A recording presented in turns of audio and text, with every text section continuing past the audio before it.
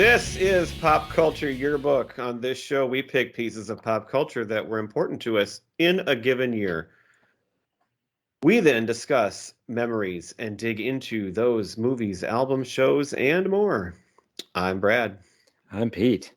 And I'm Giff. And we are back tonight to not talk about a given year, but to continue our month-long Spooktacular. Ooh, terrifying. Terrifying, just terrifying. Hope you enjoyed the first two episodes and made it through alive. Right. It'd be bad if we were killing the our listener. Otherwise, we You know, there was probably two teenagers having sex in the woods listening to our show, and they're the ones that didn't make it this now far. They're dead. Right. Oh boy. Or smoking the doob. Yeah. All right. Well, we are here to talk about some of the classics from the years where we grew up, even though I never saw them until about a week ago. We are going to discuss, at Dave's request tonight, a Nightmare on Elm Street Part 4, not Part 1, but Part 4, and Friday the 13th Part 4, also not Part 1, but Part 4. And he chose these two because somehow, did he say he thinks they're the best of the series or something? But we're going to compare the two series based on these two particular movies. I was wondering why he picked them both out of why they were both Part 4. I don't remember. Well, probably the same reason that he loves European Vacation. He thinks these are the best ones. And they're really not.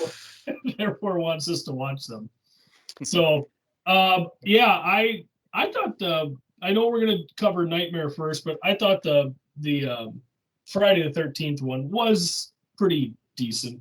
I was entertained. So, I said, they were entertaining. Both movies were entertaining. You guys grew up probably watching these, at least some of them. I had never seen one ever because I don't know. As a kid, first of all, I wasn't into horror. It probably all goes back all the way to when I got freaked out at 6 years old because I accidentally saw Poltergeist. That probably is a big part of it all. But I didn't want to watch horror movies when I was a kid. And these movies, just the thought of them, they always got in my head and freaked me out. And after watching them, I feel like, well, that was stupid. But, at the time, we could have scared like there was something watching behind the curtain and it was going to scar me for life. And I just never got around to it. But now I can say I've seen two of them. Yeah. Well, I mean, we could have had a lot of fun watching these movies as teenagers, right? I'm sure. We would have laughed hysterically at them. We watched a lot of similar movies, and you're not watching it for the quality of the movie, but you're still entertained. So that's what it's all about. Are you not entertained? Well, and to be fair, these movies, we weren't even teenagers yet. I mean, that's Nightmare true. on Elm Street, this fourth edition came out in 88, so I would have been 12. Yeah, maybe. But that's kind of like released. Yeah, I don't know. So when that movie, we were going to talk about Nightmare on Elm Street first. When that movie started, I got kind of excited because it was from 88, which in my head, I thought maybe it was a little older, but I'm thinking, 88, that's a good time. Good year. And then it started right early on. There was a martial arts scene with the guy doing karate in his room, just like you're used to. Yep, Rick has some sweet moves. And he's doing it to a drama-rama, like alternative cool rock song. And then the girl had a U2 poster in her bedroom. And I'm like, this is going to be sweet. This is going to be an awesome movie. It didn't last very long, but that's how I started it out. Yeah. It had a lot that really drew me in right off the bat. Yes. Well, see, and I never really got into the Elm Street movies. So prior to watching, you are our resident horror slasher expert here, so yes, we will value your opinion here. So I went through and at least read the synopses for the first three just to catch myself up because I'd seen the Cliff Notes. Yeah, I'd seen like the first one. Bits and pieces of it just on television throughout the years. So, I'm kind of familiar with it. I had never seen this one. I don't think I've ever seen the third one and maybe a few pieces of the second one. But I was going to ask, because I was a little lost at the beginning of this one because it did refer back to things. And so I was wondering if I could get just a very quick summary of the first one. So like, did they actually show, like, is Freddy a real guy in the first one and they show like his whole origin, or does he just start off, they just talk about it? Oh, no, not a regular guy. He's always who he is. So he's already the dead bad guy. The monster. Right. Yeah. Yep. That shows up in your dreams. So and they just talk about what happened. Yep. And Johnny Depp stars in the first one. I know, that's why I wanted to kind of watch the first one, because I knew about Johnny Depp and I thought that'd be cool too. Yeah. So like I say, I'm not as proficient in these as like the Friday the 13th ones. But so this fourth one does kind of start up where the third one ended, the way I see it, because that is how it felt. Yes. You have Joey and Kincaid were part of because what's this one? This one's Dream Master. The Dream Master. Yeah, this is the Dream Master. The one before is the Dream Warriors. So Joey and Kincaid were part of a group of kids that were the Dream Warriors. They were kids that were in a psychiatric hospital, and of course Freddy, goes after them, and they defeat him, of course, until this movie starts up when he comes back. So that was one of the things that I thought was a little different. And then, so the woman who was in the first one, the main character, she was a therapist in the third one, and I believe she dies in that one. Another question I had there. Oh no, we're gonna need to cut this out. I forgot. Keep talking. Okay. No, go ahead. Okay. No, we don't need to cut that out. No, I know, but I forgot. I totally spaced it right as I was talking. Lost your train of thought. I'm old. Well, and one of the things, like for me, one of the big reasons I never really got into these was because, like, for me, like the dream sequences aren't scary. Like, it's exactly. Yes. That's what I thought too. Watch. I was kind of shocked at how unscary it was, and how just it felt more like a dumb. I mean, it was just dumb. I thought much of it. Yeah, they were just doing different little skits inside these dreams. Man, I guess I nailed it. On this first it's watch. like the cockroach thing. Obviously, when you're watching like Friday the 13th, that's not real either. But at least they're supposed to be in the real world. Whereas with Freddy, you got the whole supernatural thing going on here. So you got to suspend all your, everything already. But absolutely, just because of that doesn't mean it shouldn't still be scary. I mean, maybe even more scary in some way, because but for me, it didn't catch me as much. No, me neither. The only way he's really gonna get you is when you fall asleep. Now, obviously, at some point you have to fall asleep, so that's the bad part. But if you're awake, he's impotent, really. I mean, there's nothing he can do to you. So those really never got to me. But I also thought it seemed like there was a lot of kids that died in this movie. Yeah. And I just never got the feeling that anybody cared. None of the adults. Like the whole town was that's what just any shut of up these. And move on. Nobody had any concern that all these kids were they were like dead. Like they go to school the next day. Yeah. Like they're right back at, like, they go to a funeral and they go to school the very next day. Like none of the adults really care. And obviously this has happened 3 other times in this town. I guess they're just used to it by now. Oh, it's that old Freddy again. Well, and that was the other thing too. Like my daughter next. Kristen's mom, she knew all about Freddy, but she still drugs her daughter to knock her out so that she'll go fall asleep. That's what I had written down too. I didn't get that. I caught that. She was part of the whole thing that created him. Like, these parents killed him, right? Because he was a child killer. Okay, yeah, and they hunted him down and killed him, and they burned him. Yeah, burned him. Well, I think maybe the question I was going to ask, I didn't really. So when he came back here, was there any explanation for how he comes back, or he's just back and that's it? That's how it happens. The end of these movies with the nightmare movies is there's always that little thing right at the end of the movie where Freddy's not really dead. Mm-hmm. So that kind of glove are showing his or like in this like one, that. right? Like in this one, you see his reflection in the wishing well, as she turns and leaves, and then the credits roll. So that's the other thing that always kind of drove me nuts about these movies was they do all this stuff to finally kill Freddy, and then it's like, oh, never mind, he's not dead. Okay, roll credits. That's the brilliance of these movies, is because they are characters that are not real humans or anything. You can easily write a sequel and have them just come back alive. But so how do you kill them anyway then? I mean, how do you even buy that they could even defeat or kill him when he's already... That's why they can make 10 of these movies. I don't know. Every time it's different. So like the first one, the way they did it was the main character, when she was in her dream, she could bring things back. So she grabs onto Freddy, somebody wakes her up. Now she's awake, Freddy's with her, she's holding on to Freddy, and now he's mortal and they can kill him. That happened in the first one? That's what happens in the first one. Like they bring him out of the dream world so that they can actually... But he's still not dead because he... Right.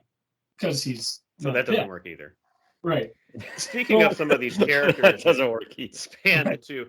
I sure liked how right off the bat you could tell that Kincaid fit every single black stereotype from an 80s movie, including dying right away as the first victim.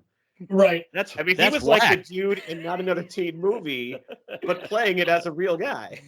That is whack. That is whack. Damn. Shit. Oh my God, that was something. I kind of got taken aback a little at that. Well, and see, one of the things that I did kind of like about these movies was that if you die in the dream, you die in real life, right? So, but they're very inconsistent. Like in this one, when Kincaid dies in his dream, like Freddy basically shoves his fist through his torso to kill him. But then when they flash to Kincaid in his bedroom, he's dead, but there's no blood like on his chest or anything. Well, I thought that's what I understood. That made sense. That like, okay, it's ugly in the dream, but nobody can explain how you died, so they just Freddy has a way to control how it looks when in real life. Like the girl in the school, he made it look like an asthma attack. Right. That's why I was surprised when the dude got killed in the waterbed, because I thought he'd just be laying on the bed, but then he was actually like inside this weird water clear. I mean, I'm like, that was dumb because that didn't fit the first killing, and it was like, what's going on here? I was wondering that too. It's like, did he drown? I know. It was just right. No, nobody cares to ask. Have a little consistency, please. We're overanalyzing. How a kid ends up in his waterbed, inside his waterbed, or how a girl burns up laying in her bed. There's like no investigation into this. No. They just go about their business. Hey, let's go back to school and kill off the next one.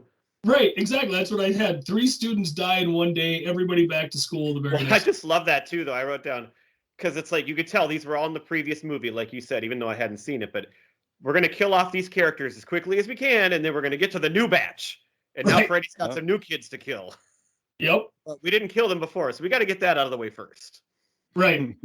Well, and the thing that kind of drove me nuts on this one was like, so when Kristen dies, I just think she's just being a complete bitch. She brings Alice into her dream, gives Alice her power so that now she can bring Freddy fresh meat to kill. Like, if Kristen just would have died and not passed her power on. The only way to kill him, though, was that Freddy would have not been able to get every time they died, the one girl took the personality, took the traits and strengths of all the other ones that died, and so the only way to kill him was to team up and become one, something like that, right? The thing is with this movie that I didn't understand. Again, I hadn't seen any others, but the way they described it, his goal was to kill all the kids of the parents who killed him. Right. And he completed that in this movie. But then he's killing other kids after that. And I was like, so why is he still killing these other kids when he already did what he was set out to do? He's kind of a jerk. I guess. I think that's really what it comes down to. But that's the thing. That, sounds like you know all the stuff about these movies. Nice guy. I don't know. The only way that he can kill somebody new is now if Alice brings somebody into the dream. So he can't kill Alice. Because the only way he can get fresh meat, new people into these dreams, is if Alice brings them in. And the whole thing about, now she takes on their traits so she can go kick his butt. This is going to be great. Well, that scene, all she did was show him an image of himself in a mirror, and that's all it took. Like That's all it takes. Hey, here's a mirror. Right. She didn't need to know karate from Ricky or have like the strength of the one weightlifting girl or whatever. It's like she didn't need any of that. She just needed a mirror. She could have used a compact out of her purse with a mirror in it, and that would have taken care of everything. So I don't know. It was just kind of a. Have you seen all of these movies? No, I only had seen the first one when I was like a kid, and I didn't remember too much of it. But I thought, and I was just trying to look it up, if I remember correctly, I thought there was a backstory where he was a janitor or something, and he died in a boiler room. That's why the boiler room. I thought it was something like that. That wasn't. Yeah, it. and he blamed all those parents who like. I don't remember it now, but that was the whole thing. So his mother was like an orderly at this psych ward, and she was left in the psych ward by mistake, and she was raped repeatedly over the weekend, and that's the child that was born from that horrible session was Freddy. So he was the product of these people, these whack jobs or whatever from this previous movie, and that's where he came into being. So that's a messed up origin story. And then the other thing, sorry, no, and then I say then he, goes on to kill these children, and then the parents go after him and burn him up, and okay. The other thing he is burned. That's why he's all like his face is like disfigured as it is. Okay. Yep. Should have kind of put together, but I didn't really know. I always knew what Freddy looked like with the hat and the sweater, but I never really put together that he was like an actual old guy, and that's why he dressed like that. So that made more sense now too. It's a nice sweater. Because it's when he picks up the hat and then he's wearing the striped sweater. It's kind of like that's a weird outfit for a killer. But then but he's an old man. I get it now. Well, I don't know if. However, I wear sweaters like that, and the kids at school have called me Freddy. And you still will when you become a serial killer in other people's dreams, I'm sure. You'd be like, now I get it. I got my outfit covered. All right. But I just found there some really horrific acting in this movie overall. Yeah. And like you said, it wasn't scary. I just thought it was campy. What I was kind of really shocked by, what I did not expect, is that Freddy just like stood there and had all these dumb like puns and one-liners, and it's like, this is the guy that frightened me as a kid that I wouldn't watch these movies for. He doesn't even do anything. I felt he just makes dumb, funny comments, and then he kills you. But there's no suspense. It's not scary. It's just a matter of how is he going to do it, and then it's over. Right. I do think that the first one was scarier and better. It probably was scarier just because I was like 12 years old when I saw the first one or whatever age I was. But I also felt like, getting back to my comment earlier about how it felt like skits, it felt like that the skits were entire setups for his pun, the one-liner, the wet dream thing. How's this for a wet dream? I think you nailed it, Pete. You can check in, but you can't check out for the cockroach thing. Right. And then it's it ain't Dr. Seuss, which wasn't even yeah, they wrote these dumb jokes that aren't even funny, and then they created a whole scene around that stupid line. That was what it was. That's not really how you make a movie. Somebody grabbed a dad joke book, and just picked a couple out and then said, okay, let's figure out how we can put a scene around this joke. Yeah. Yeah. Well, and the other thing I loved was when Alice, she's getting ready for the final fight scene. Oh, this is my last comment that I had, is that cool montage dress-up scene. She puts on jeans and boots and a leather jacket, and she's like just super tough now, That was intense. That scene was like the best.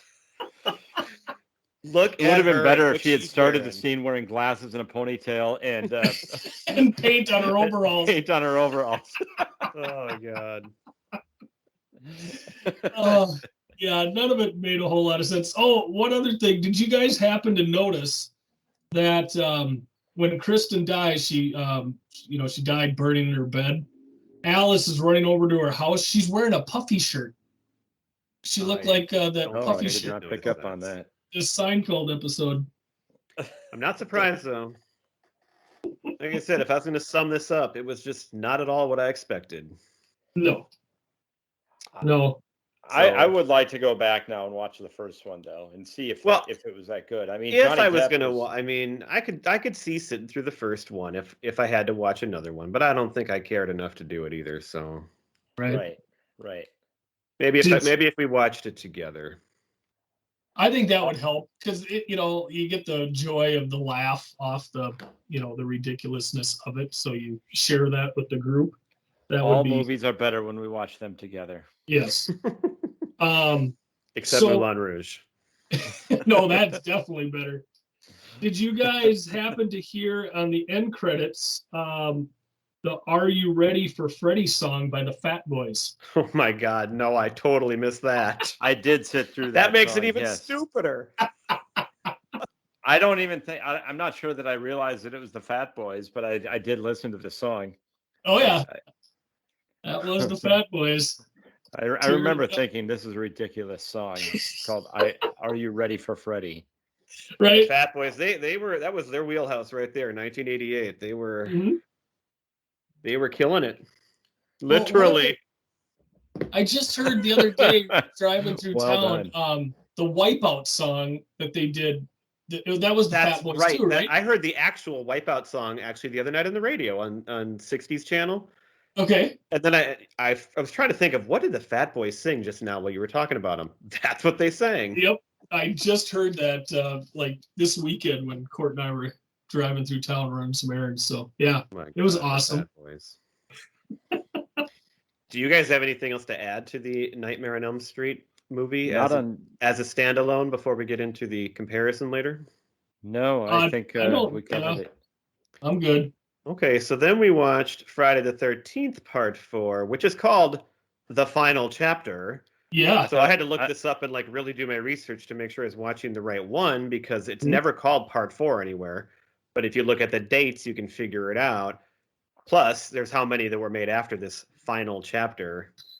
I thought it was called Jason versus George McFly. and Corey Feldman. Yeah, so this one, I was hooked again right away on this one because I knew Corey Feldman was in it, so I was excited. But I didn't realize just how young he was. Like, he is just a little baby in this movie. This is like his first movie.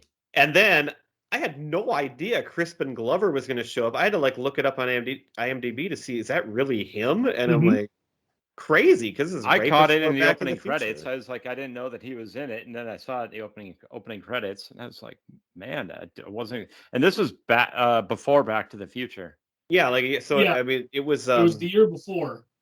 I was impressed with the star power this one had that the other one lacked. Right. Yeah. Right. Well, so for like Feldman, so this was a year before Back to the Future for Crispin Glover. So Feldman did this in '84. Well, and then Lucas. And then Gremlins came out in '84. Oh, he was in Gremlins? Yep. And then Goonies came out in '85. Oh, right, the Goonies, '85. So, and then Stand By Me in '86. So this was his jumping off point. And it was the same for Crispin Glover. So I like to think that these stars, get these, because Jennifer Aniston was in Leprechaun in 1993. And then she hits Friends in 1994. So, well, I didn't realize it was that close to Friends. I thought it was like a few years earlier. Mm-hmm. Yeah. So it was a great introduction. So see, in Nightmare on Elm Street, the star was Robert Englund. But did you notice he got credits over the title there? Like I guess at this point, everybody loves Robert Englund. Like he's some guy that anybody gives a crap about. Well, I like that this movie had people you actually recognize, even if they weren't popular yet then. Right. Yeah. Gives a little bit of legitimacy to it, though. Yeah. Right. Well, like you say, you for us, we loved watching it because, there's stars in it that we knew. I also liked that this movie started with a really nice little recap of like the whole story and what's going on. Unlike so, like I was like, thank you, that was nice. Now I'm a little bit caught up on this. Although I'm still confused at Jason and like how he came back and how he dies or doesn't die. I mean, I don't get that either. But He's not a that boy. That's- He drowns when he's a boy. Yep. And well, yeah, and I there's know that he's also- not the killer in the first one. I know about that. It's the Right. mother. That's the mother. And he witnesses the mother being beheaded by one of the teenagers or whatever. That's how it ends. And so he keeps the head as like a shrine in in the woods. That's how it goes, right, Gifford? Correct. That's exactly how it goes. Yep. And Yeah, so so- he's protecting, and I think it's shown. Did it not get shown at the beginning of this movie, like that shrine? Yep, that's right. Because that's from the second movie, where Jason is that's his first movie. Well, I guess he's in the first one, just in the very end, where he jumps up out of the lake and grabs the girl in the canoe or whatever. But yeah, so it's a supernatural thing again. Well, yeah, that was my question he again. Just never dies. Because he's dead in this one. Like he's dead. He's in the morgue. And again, did I miss it? Was there something that explained why or how he came back, or that's just it? He just came back. He just regenerates. He's the Wolverine of the of the slasher movies. He just regenerates and he comes back. And speaking of that scene, I really enjoyed those two idiotic morgue workers and the horny guy, and that was. And she was not into it at all at first. Nope. Right. And then she's all over it. yes. I think that guy was somebody too, wasn't he? Yeah, I looked that up too. I had looked it up and now I in, forgot, so I'd have to look it up again. I can't remember what else he was in. Yeah, he was in some. I've almost got it here. So, how many of these have you guys seen? I think I've seen every single one. Wow. I have not seen every single one. I'm pretty sure that I saw part 2 and 3, and now I've seen 4. I think I had seen 4 before also, because I remember Corey Feldman. I knew that he was in it without even looking it up or anything. I have seen Friday the 13th part 8 many times.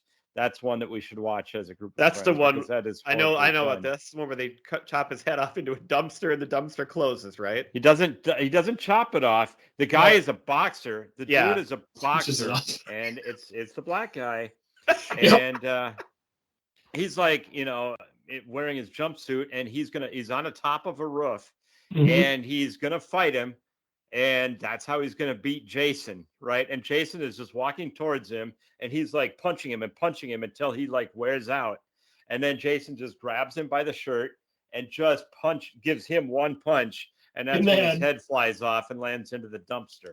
Yes. It's amazing. And then the dumpster closes. And the dumpster closes right on it. Yeah, I've heard you talk about that, and just the visual of that is the greatest thing ever.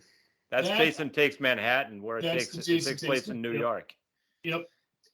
So the one that's really bad in this is Jason Goes to Hell, and in the beginning of it, like the FBI sets up a sting in the beginning of the movie, and so what you see in the beginning of the movie is just this very attractive young woman out at Camp Lake Crystal. And goes into one of the cabins and she starts taking a shower, and Jason attacks her, and she runs like, oh my God, she runs out, this and that, and she's running through, and Jason's, going after her. And then all of a sudden, all these lights come on, and it's like the FBI, and Jason's there, and they blow him up, literally blow him up into a million pieces.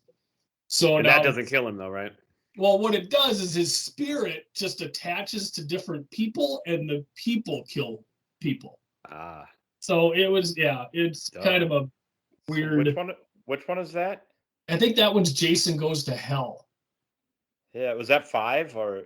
No, I thought that was later. Maybe that's 8. 6. 8 is Manhattan, like people. 8 is Manhattan. Oh, so 9. I think 9 is Jason Goes to Hell.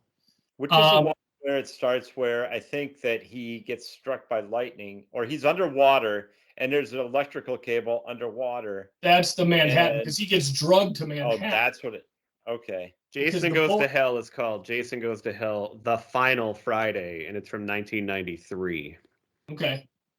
Well, and then I don't know if it was truly the final one or not, but no, because there was a Jason versus Freddy one too. Oh, that came out. Oh yeah, Jason X. I remember hearing about that one. That takes place in outer space. Yes. Oh my God. And That one was fun too. There's a lot of good kill scenes in that one. Outer space. Oh yeah, yep. He gets taken to outer space.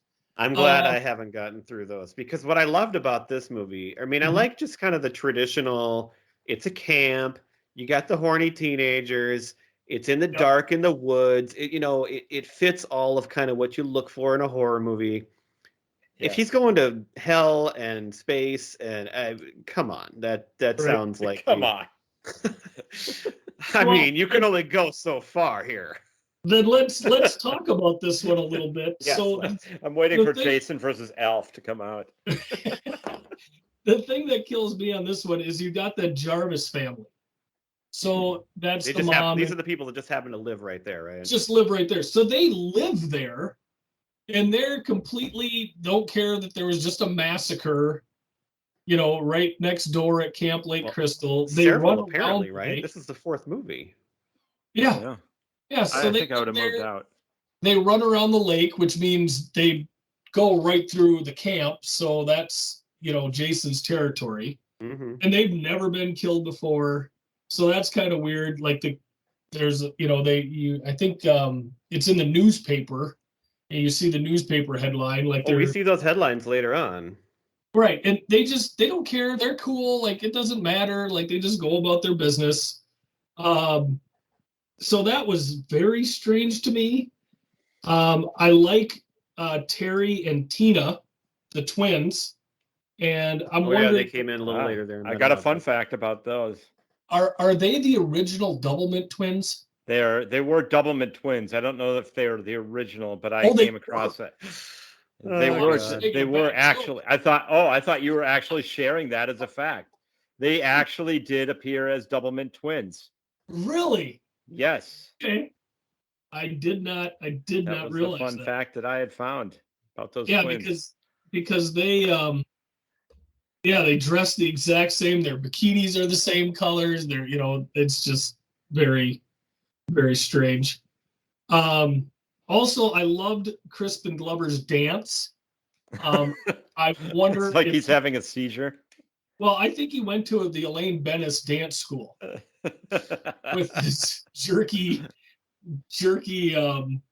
movements were just crazy. What was that anyway? I mean, a movie like that. I mean, were they trying to make him look like a bad dancer? Or he was just kind of an odd character because he was kind of shy. He talked about girls, but clearly he hadn't been with any. And then it was a big, exciting thing when he did. So I think he was just supposed to be kind of this awkward character, is what I gathered. Right. Yes. I really enjoyed two lines by Corey Feldman. I mean, he's like 8 years old. This just tiny kid. I love it when the car broke down and he goes to look in the hood and he's like, "I need a screwdriver."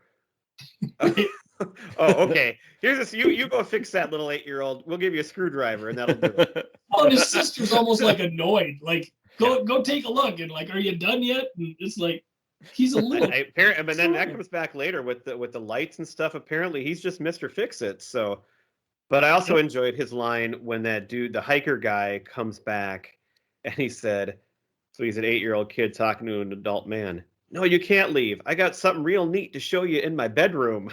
He just takes him right up there, and the guy's like, "Yeah, whatever." Yeah, very, very strange that he just attached right to the guy, and the guy's just goes up to his room. That's a little creepy. I think you've answered this, but so Jason's motivation is it's still from the first one. Like, I mean, he's just going to kill people because of the motivation is that originally. Because he was going after the teenagers or all these camp teenagers because his mother was killed by the camp. But so now he just continues to go. I mean, Well, and to go back even further on that, Pete, so the mom went after the counselors in the first one because Jason drowned while he was at the camp, and she blames the counselors because they were doing drugs and they were having sex and they weren't paying attention to her little Jason, and that's why he drowned. So that's so wait a minute, he was actually dead? Yeah. But he witnessed her getting how did he witness her getting her head chopped off then? He somehow came back to life. Even as a little kid before he's a killer. So the end of the very first movie, this deformed kid jumps out of the water. There's the last counselor left, Okay. and she's in a boat, and this kid like jumps out of the water and grabs her, and that's Jason now that his mom's dead. So yeah, somehow he comes back to life, and that's the whole thing in all of these movies. Is in the beginning, rather than like with Freddy, you're always showing that he's still alive at the end of every movie. While with Jason, he's always somehow brought back to life at the beginning.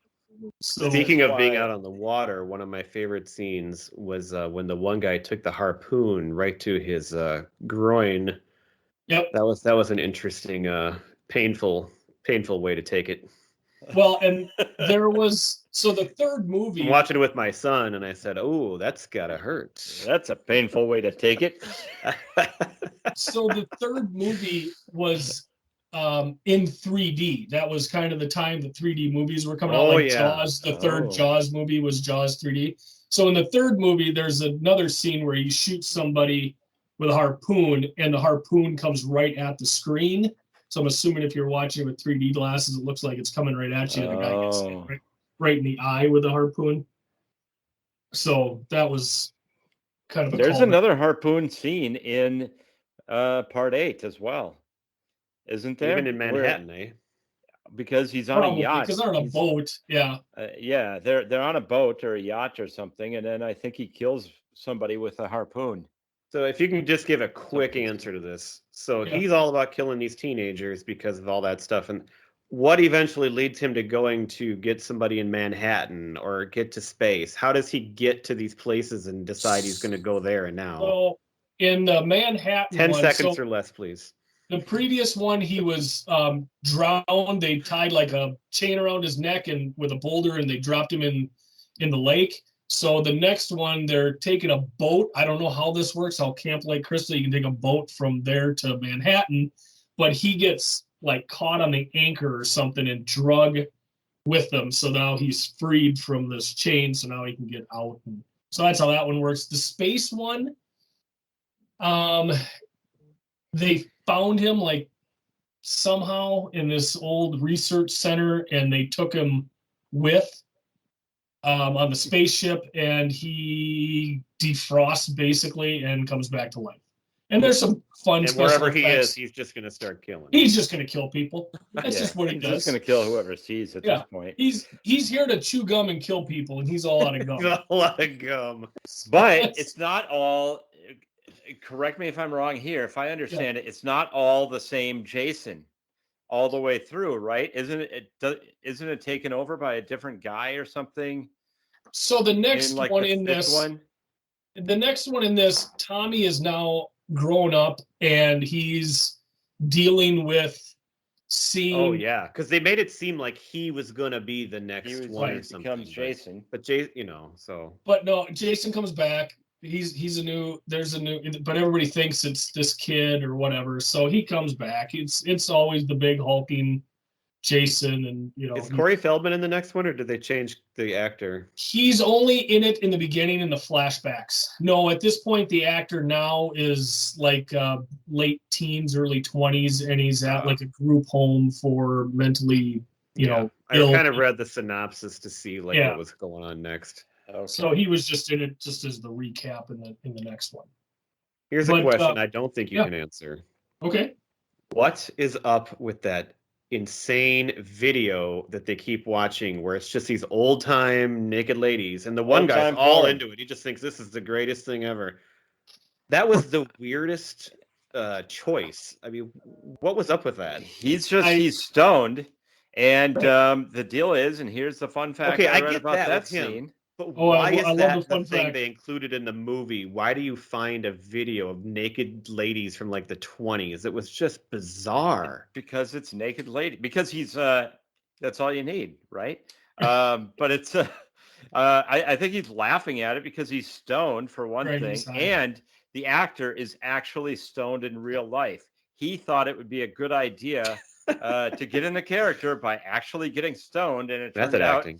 It was a very bad idea because he started to get paranoia, and like he started having freakouts. And it's one thing be paranoid and have freakouts, when you're in your living room, but when you're actually filming a movie where there's a mass murderer coming at it, when Jason is coming after you, it made it worse for him. So that's the little explanation behind that scene.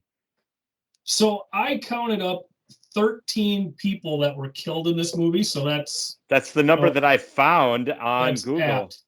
Well, so is that the way it always is? Well, the one before was 13 as well. So, but I don't know if that. So I have 13 people, and then Mrs. Jarvis, because all you see is Mrs. Jarvis like gasped, but you don't see her get killed. So I don't know if she counts. And then you also had Jason, of course, is dead at the end. So there's up to 14. 14 if you count Jason. 15 if no, you don't count him. Mrs. Jarvis actually dies. No, right? Yeah, you don't count him at all. Speaking of the Goonies, you brought up earlier. When they took Jason's mask off, did he not look identically like Chunk? You mean Sloth? Sloth. Sorry, Sloth. Yeah. I screwed up. Yep.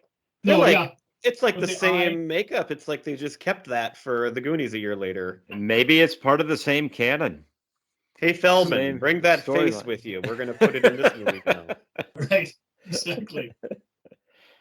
So one of the worst parts of this movie, and I found this online because I thought it, and then I also found a comment on it online, is that Rob, when he dies in the basement, he starts yelling, "He's killing me." Oh, yeah.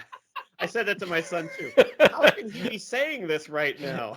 Ow. Right, yeah. Stop it. Like, he's killing me. He's killing me. So then Trish runs up the stairs, and she tries to get out of the house, and Crispin Glover is like nailed to the one door, so she goes over to the other one, and I think one of the Doublemint twins is just laying outside on the porch in front of the door. Yeah. And she can't step over her. She just watched the guy. Why didn't she go over her? But yeah, same thing. I noticed all this stuff in my first viewing. She takes a chair and throws it through the kitchen window and climbs out the window rather than just. And I said to my son, "Was that really any easier than just stepping over the body?" Well, when they just keep running back. That would be a sign of disrespect for the body, maybe, or something. Oh, okay. Right. That girl, by the way, I think she's the main one, right? Didn't anybody notice that she looked just like Sarah Jessica Parker? Yeah, I'll give you that. I did think that for a minute. Yeah. Which at that time she would have been around. I mean, she could have been like the Feldman of this, because she would have around that age, and she was just starting out with that show Square Pegs, and it's like she could have popped up, but it wasn't her. So that dance scene with Crispin, I'm assuming they dubbed over it because they couldn't get the rights, but he was actually dancing to Back in Black. And they dubbed over it with this other real hot tune. I don't remember the name of it, but whatever. Hot tune. Whatever he was dancing to. But on set, it was Back in Black that he was dancing to. Couple more things about Feldman I've got here. Yeah. I loved when it was the girl, the neighbor girl, and the hiker. They were like out, and they came back to look for him, and they go, "Oh, Tommy, you're okay," back at the house, right? You know what I'm talking about? Yep. And then they just go right away, "Tommy, you stay here," and they just leave and run out again and leave him there. Yeah, I thought Lock the door. Lock the door, and you stay here. And then my last comment about Corey Feldman was, so what exactly was he trying to accomplish with the shaved head and that whole thing? Because he was trying besides just looking creepy, he was emotionally connecting to Jason. And because when we talked about earlier, that's what he looked like when he was a drowned kid. Well, I know he was trying out to of the water. I get that part, but like, how was that going to make Jason stop? I mean, to confuse him. Because that was for this little kid. He's a brilliant mind with the screwdrivers and the light switches and the shaving the head. He thinks quickly. I will say that if there was a homicidal maniac running through the house with an axe or whatever he had, I would not think of shaving my head right at that moment. Right. Yeah. It takes a little time. That would not cross my mind. Yeah. Right. He's just sitting in front of the mirror. Then, I mean, do you know you're really going to look like him after you do shave it? I mean, do you really know you're going to do that, or? Most importantly, is it going to even work? Yeah. Right. Yeah. That's what I'm you're pinning saying. your hopes to. So in the second movie, the woman that eventually survives, she did the same thing when they found that cabin that Jason lives in the woods with the mom's head. She put on the mom's like sweater and was trying to tell him to relax and settle down, and I don't know if she was going to kill him or whatever, but that was the same tactic that was used in the second one. He's obviously very easily confused, but yeah, it kind of used the same. I remember the sweater being a big deal in the Friday the 13th Nintendo video game that we played, because that was what I have the most experience with, is that video game we used to play at Dan Lovery's house. Yes, you had to go around, and the mother's head was one of the things you had to find, as well as the sweater. The sweater was like a big deal in that game if you found it. Yep. So that explains it. So I had a couple of go ahead. I was always a little creeped out by that game too, by the way, because I wasn't going to watch these movies, and yet here I'm playing this game, and it had this little music, and the music was terrifying, and such great graphics that it was so real. I can still picture it right now. I can too. Well, it starts out during the day, and then when it gets to be night in the game, then that's when it's really terrifying. I had a couple of more fun facts about this. So the movie did pretty well at the box office. It was made on a $2.6 million budget and grossed $33 million. Not bad. Well, that's at star power. Yeah, right. They did have star power. They got in early. They got these actors before they were big stars, and then later they became big stars, and people were wanting to go back and watch it, I guess. The other thing is that the actors were really uncomfortable with the director in the stunts of the movie, like how the stunts were being done. The one actress, Judy Aronson, developed hypothermia after being submerged in the freezing lake for an extended time. And the actor Peter Barden, who is the one that got slammed in the shower, got his head slammed against the shower, that was real. Where like he actually and the actor that played Jason was not comfortable with how that went. His name was Ted White, and they had a schism. He had a schism with the director and said, "I don't want to be credited for this movie," and so I think that he's not credited. The guy that played Jason. The guy that played Jason did not want to be credited. So he's the anti-Robert Englund. Right. Yes. Well, and he was the oldest actor to play Jason in any of these movies. And I read a lot of that too, where he really didn't like the director. One of the fun facts that I found on this was the scene where Jason comes through the wall and grabs Feldman's character. So they rehearsed it, to make sure that, everything was going to be safe and everything. And so the take that they took for the movie, they said action, and the guy playing Jason like waited and paused until Feldman let his guard down because he thought, oh, maybe this isn't going to be the take or whatever. He must have forgot or something. And then that's when he came through and grabbed him. So he was the reaction scared to Feldman was surprised at the very least that this had happened. So yeah, I thought that was kind of interesting. I did want to touch on the 2009 remake of Friday the 13th. I thought it was a very good film. It wasn't, they didn't have the mother in it. Jason is the killer. But one of the things that movie added to the franchise was now Jason runs. In all these other movies leading up to it, he's very slow and plodding. And if you got halfway decent cardio, you can just get away from him. You'll be fine. Like, what the deal is that I thought he walked super fast, though. I thought that was the bit. He does walk a little quickly, but I mean, there's always one foot on the ground. He's not jogging, But in the 2009 remake, he runs now. So when I watched that movie, I thought it added something to it. It was kind of like, old zombie movies where they just kind of stumble around. And then if you saw the movie, I think it was 28 Days Later, where they ran at you, that, it just adds to the fear of it all. And another movie I wanted to touch on, because it ties both of these together perfectly, is 2003's Freddy versus Jason. So the whole point of this movie was that Freddy can only attack in dreams, and the only way that he can scare you is if people know of him and therefore are scared of him. So the point is he needed somebody to start killing people so that people might start thinking that Freddy's back. So he wakes up Jason, like goes into Jason's head and wakens him, and Jason goes around and starts killing people, and in the town where Freddy's from, and which doesn't make any sense again, but people start thinking that it's Freddy, and so that's how Freddy starts getting his powers back, because people start dreaming of him again. And I thought it was a fun movie, but I'm a huge Friday the 13th fan, so I just wanted to see more Jason. And there's a great end scene where they battle it out, and very fun. I recommend watching it if you're a fan of either one of these franchises. Which one was that? Freddy versus Jason. Oh, Freddy versus Jason. Couldn't remember if you were still talking about this remake. I didn't know there was a remake from 2009. Well, and there's a one scene in it where you could almost call it softcore pornography.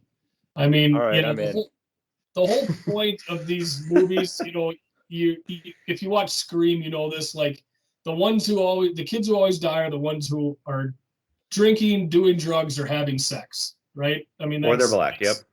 Or they're black, yes, yeah. So there's one scene in the remake from 2009, and it's a pretty graphic, hot and heavy sex scene. I thought that was a little over the top, even for a horror movie, but whatever. Very good looking actor and actress in that scene. So, shall we? Are we ready to do our comparison of the two franchises, or do you have more on Friday the 13th? No, I'm good on that. I think we can move on. Okay. How about I know the least? How about I go first and just say what I noticed, and then you guys can say more? Sure. So, like I said, I had never seen any of these. So I've only seen these two. So I can't compare the franchises per se. But just based on watching these two, I'm a much bigger Friday the 13th fan. It seemed... Nightmare on Elm Street just seemed dumb. It seemed, I was just, like I said earlier, was surprised at how campy it was and just kind of dumb. This one was like, okay, if I'm going to watch a horror movie, I want to be scared. I want there to be suspense. And this one at least seemed to try to do that. The dark in the woods, the whole music, the sounds, I mean, all that stuff. And kids having sex, which means that's a sign something bad's going to happen. Something bad's going to happen. So as soon as a girl takes her shirt off, somebody's going to die. So that would have been my luck. Right. It just had so many more interesting characters and suspense to it with the kill scenes that I was much more entertained. And if I'm going to watch another one, I think I could get into these. Although I am kind of curious on that first Nightmare just because of the whole story. But the whole supernatural thing, I don't think really does a lot for me. This one, even though it is it still has more of a reality-based like storyline to it. So that's what I came up with from watching these the first time now. And so I'm a Friday the 13th guy. That's my take exactly, almost, because I do remember back in the day, you'd go when we went camping, Brad, when we had 3-day camp, and you'd sit around and tell ghost stories, and it would be like, that's how kind of, or Lake Chapt, that kind of environment where you can relate to. And there was always that little bit of fear that something could be out there. And I remember one year at 3-day camp, like you said, we heard that Lenora story, and I was legit freaked out the whole time. I still am freaked out by that one. I think of it when I go to the old college. So they should make that a movie. That would be a good movie. Maybe we should write that. Let's do it. Now we just put it on a podcast, and somebody's going to take our idea before we write it. But could you give us our listener on Lenora? I don't know Lenora. It was just a camp story. So this was at Dana Boat, the old college in Tyler.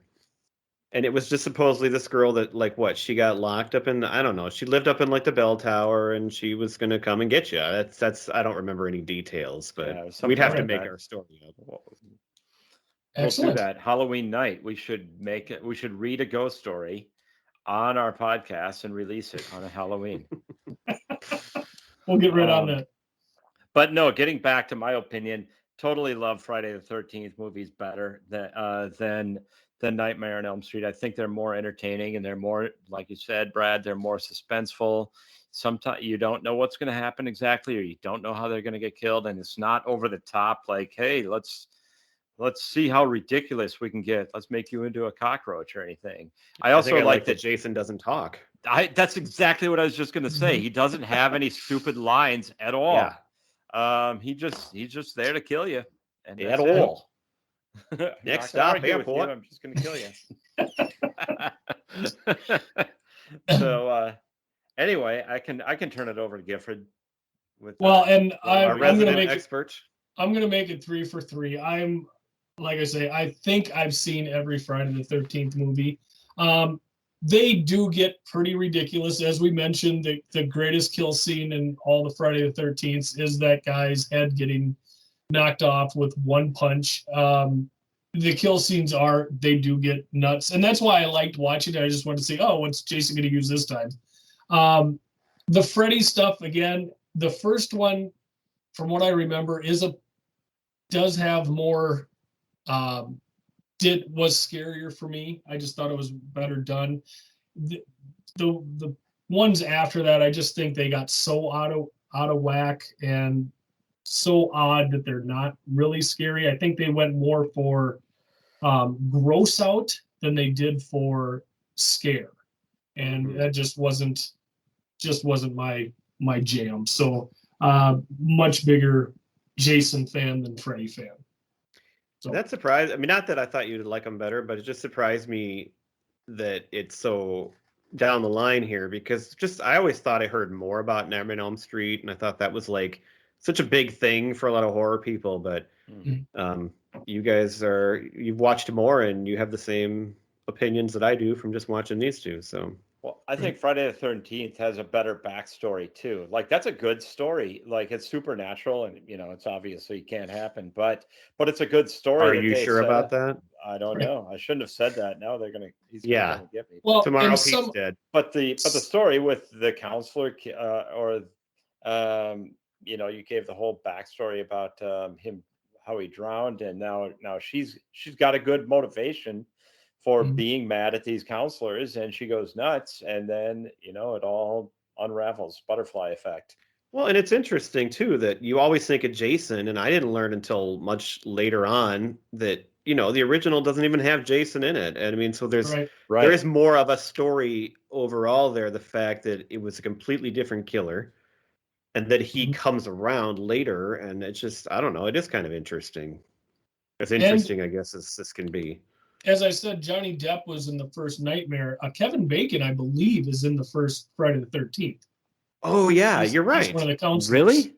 Yep. Yeah, so they each had a big star before they were a star. Mm-hmm. I have heard that before, yeah.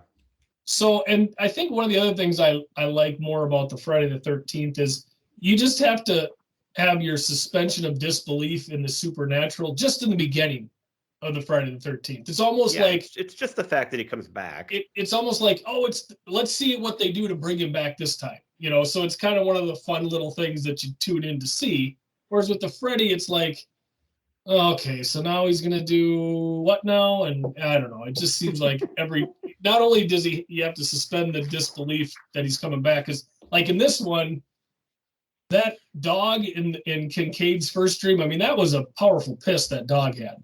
Because he pees on the ground and the ground opens up and Freddy's heart starts beating. Oh, yeah, right.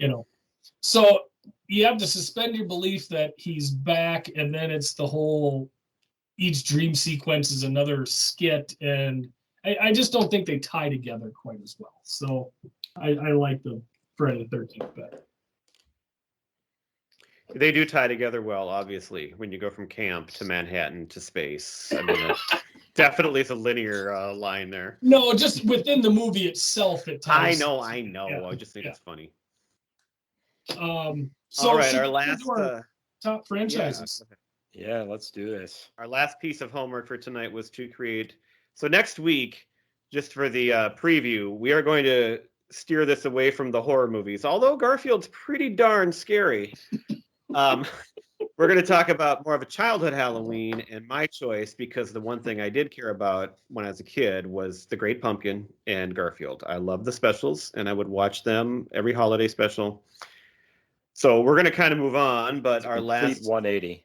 Yeah, Yes. our final thing here is going to be to then, after all this discussion of all these great horror movies, what is our list of our top horror franchises overall? So, who shall go first? Gifford, you're going to go last because you're the best one at this. And let's have Gifford go last. I think Brad and I probably struggled at this a little bit more than you did. Well, it turns out I really thought my list was kind of cool. So I thought it would be a struggle because I thought I'd have like two movies and that was it. But I came up with a thing here. I think my list is okay. My number 5 was I Know What You Did Last Summer. I really liked the first one, and I think I remember seeing the second. A lot of these I had only seen the first one anyway, so it's like, well, I don't think I ever saw the second one. Yeah. But I do like that movie. That's another good one. It's a good one. Number 4, I really do like the Halloween series. The first one especially, that's a classic. It's kind of similar. I don't know. I hadn't seen it in a really long time, but it's kind of similar to Jason. Same kind of story. Yep. And then I did have number 3, Friday the 13th, which we've already talked about. Number 2, Silence of the Lambs. Number 1, and I only put this because the first one is one of my favorite movies of all time, but the sequels just get dumber and worse and worse. But I had Jaws. I love the first movie, Jaws. It is one of my top 5 movies of all time. Jaws 4 is just a comedy. Like how bad it is. Yes. I've heard one of our other favorite podcasts is How Did This Get Made, which I'd recommend if you're not listening to our podcast. But they did an episode. They're not going to hear your recommendation either. So. Right, that's probably true. But they do an episode on Jaws 4, and I was in tears laughing at it. But hey, I love the first Jaws. I think it's one of the greatest films of all time. So that's why I had it on my list here. Let's turn it over to Brad. All right. So at number 5, I listed some movies that I've only seen one of, but they're all part of a franchise. Sure. So I didn't think I could put them legitimately in my top franchises because I only know of one movie. But so Psycho fits that. Jaws fits that because I've only seen the first Jaws. The Purge, which I really did enjoy The Purge, but I've only seen that first one. And then I also put, I mentioned earlier, Poltergeist, because that's the movie that scarred me for life and still frightens me. If I see it on, I don't even want to have anything to do with it still. So those are all movies that had sequels and went on, but I only saw the first one.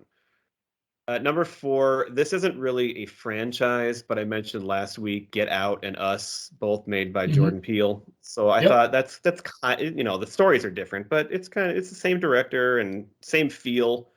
Yep. And those are really, really good. So I really, truly enjoyed those.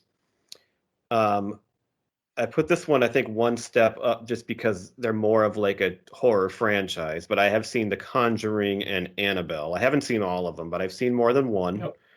And those are pretty good. Those were not bad. And then I had Silence of the Lambs, Hannibal, and Red Dragon at number 2. I did not really care for Hannibal, but Red Dragon came back and was really good. And the first one, obviously, all-time classic. And then my number 1 for me is Scream, because those are just, I like the horror comedies. And those are where the sequels are good, too. They're all just entertaining. And so it's clear easily going to be my number 1 choice from the beginning. Awesome. Very good list. Yeah, thanks. I did it. I'm going to have a couple that you guys had as well. So I couldn't come up with 5. I had to go with 7. My number 7, I had the Final Destination series. Pete, you want to talk about getting dumber and dumber as sequels goes on? That one does. The last one was good. and the first two were good, but I think like 3 and 4 were not that great. The last one ties right back into the first one, which I thought was kind of cool. But what I liked about the first Final Destination was the inventive way that death comes after you, and how this slightest little thing sets in motion a scene in which you end up getting killed. There's just really neat little scenes in there that I really enjoyed. My number 6 is the Saw franchise. The first movie, I think, is just a great horror movie. The twist at the end is wonderful. My number 5 is Texas Chainsaw, with the one caveat that I did not see the sequels. But again, like I said on a previous podcast, the first one I really liked, and then the remake at the beginning, and then another one after that. So I've seen 4 of those that I really enjoyed. My number 4 is the Hannibal series. I liked Hannibal. I thought it was cool when he's eating Ray Liotta's brain. That was just such an interesting. That's the image scene. I can remember from that movie. Yeah. So I enjoyed. I didn't hate it. I just, it was one of those movies where it took so long to make a sequel, and it's tough to live up to. But it's tough to live up to Silence of the Lambs. I mean, right? What, 5 Oscars? I think that movie. Well, it won the whole, maybe more. It won the 5 big ones. It swept all the big awards. Right. And for having Anthony Hopkins, I think on screen for 13 minutes total. I mean, I think it's 15. Is it 15? I mean, he stole that entire movie. It's just unbelievable. My number 3 is the Alien series. Ripley is one of the all-time great heroines of horror movies.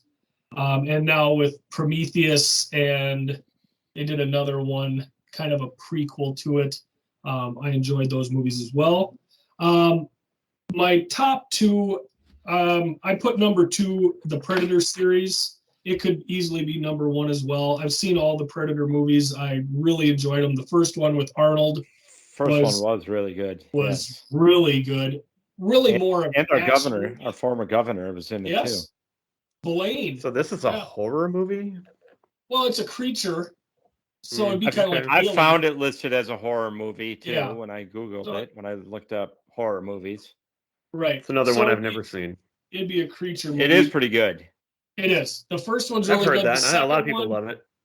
The second one with Danny Glover, not quite as good, but what I like is that there's always an evolution with the Predator and his weapons that he uses. And of course, they also had 2 Alien versus Predator movies, which the first one I thought was a lot of fun. The second one, not so much. And then my number 1 was Friday the 13th. I've seen, like I say, I think every single one of those.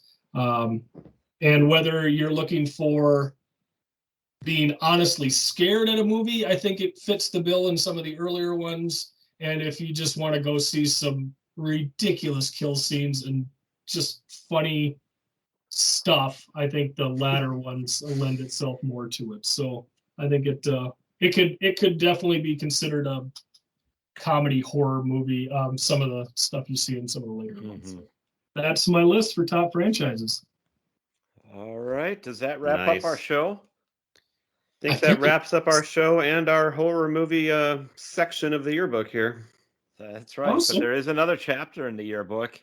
That's true. After Blair Witch, Texas Chainsaw Massacre, Friday the 13th, Brad picked Charlie Brown. And Garfield. And Garfield. Hey, and we're saving it for last because it's going to be Halloween time, and it's awesome. Right. It is going to be good. It's if you were too scared of these first 3 episodes and didn't listen to them, then you could listen to these ones. Have your kids listen to them. And again, they wouldn't be hearing you say that right now. So that's true. You keep forgetting that. I do keep forgetting that. I don't know. Hey, Pete, for all those people not listening, what can they do? Well, they could go on. You don't even have to listen. Just go on to Facebook and Twitter. Follow us. Leave us a review on Apple Podcasts or wherever your platform of choice is. And they could also listen to Preacher Row, which is you don't even have to listen to leave a review. Maybe you just like us because we're nice guys. leave us a 5-star review and say something nice. Maybe we shouldn't count It's on not that. going to hurt. Yeah. All right. Thanks for listening, everybody. See ya. Bye. Bye.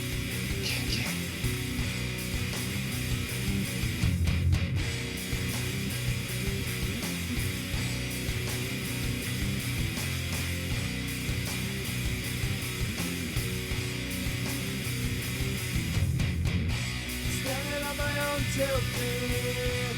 No one's here to comfort me. Sorry for what I have done. Sorry that your song is gone. 7 steps and it will be my last. And start to me on my path. I turn it up to you.